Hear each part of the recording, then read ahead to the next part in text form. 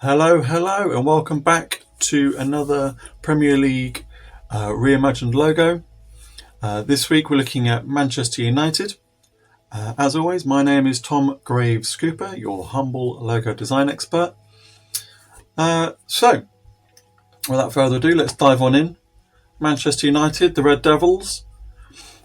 This is the logo as it stands today. We've got a variety of red gradients on the go. This is pretty well known across the globe. Let's dive into the history. Let's see where we've come from and where we're going to.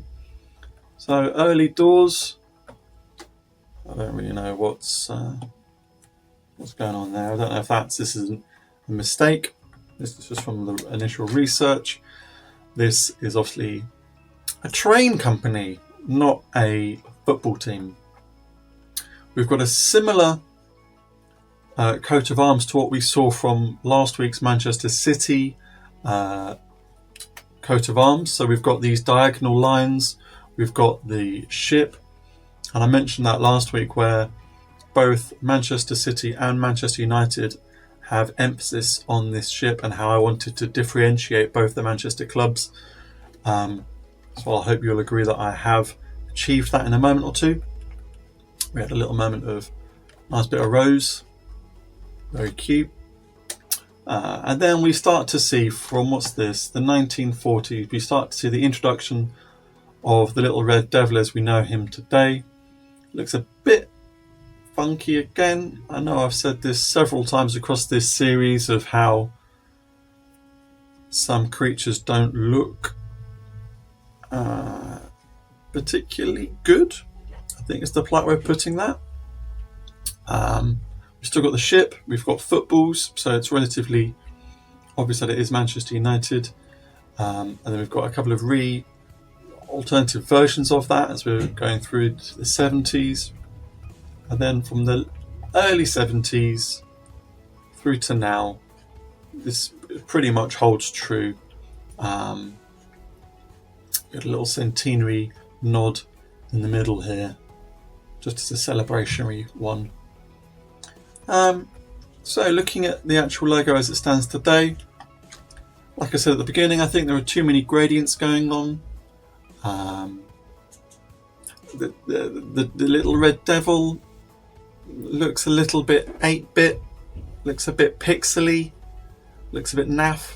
Like I could imagine that on maybe Roadblocks or whatever other games the kids are playing these days. And it looks a little bit overcomplicated.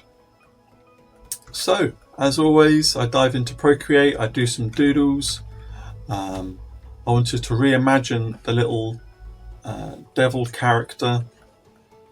As I looked at some devils, I realised it didn't really look too devilish. And so the creature that I found looked more similar to it was trusty old Mr. Tumnus, a fawn from Narnia. So I looked at a couple of fawn characters, looking at obviously the hooven-footed creatures, and that led me to a creature like this, added some trusty little horns to its little noggin. And I wanted to simplify the overall shape of it as well, which led me down this avenue. Like with Manchester City last week, where it had the overall shape and then a shield within that shape, I felt that potentially confused the matter here. So I actually removed that and I moved the vessel, the ship, to the top of it to headline the logo and to add a bit of balance. And so the overall logo ended up looking like this. I've reversed the colours both ways here. And we can see how that looks. So my devil character in comparison to the original red devil, I think it looks a lot more devilish. I'm not sure how to best put that. I bet this looks a lot cleaner and a lot more modern, but at the same time looks quite vintage. I can imagine this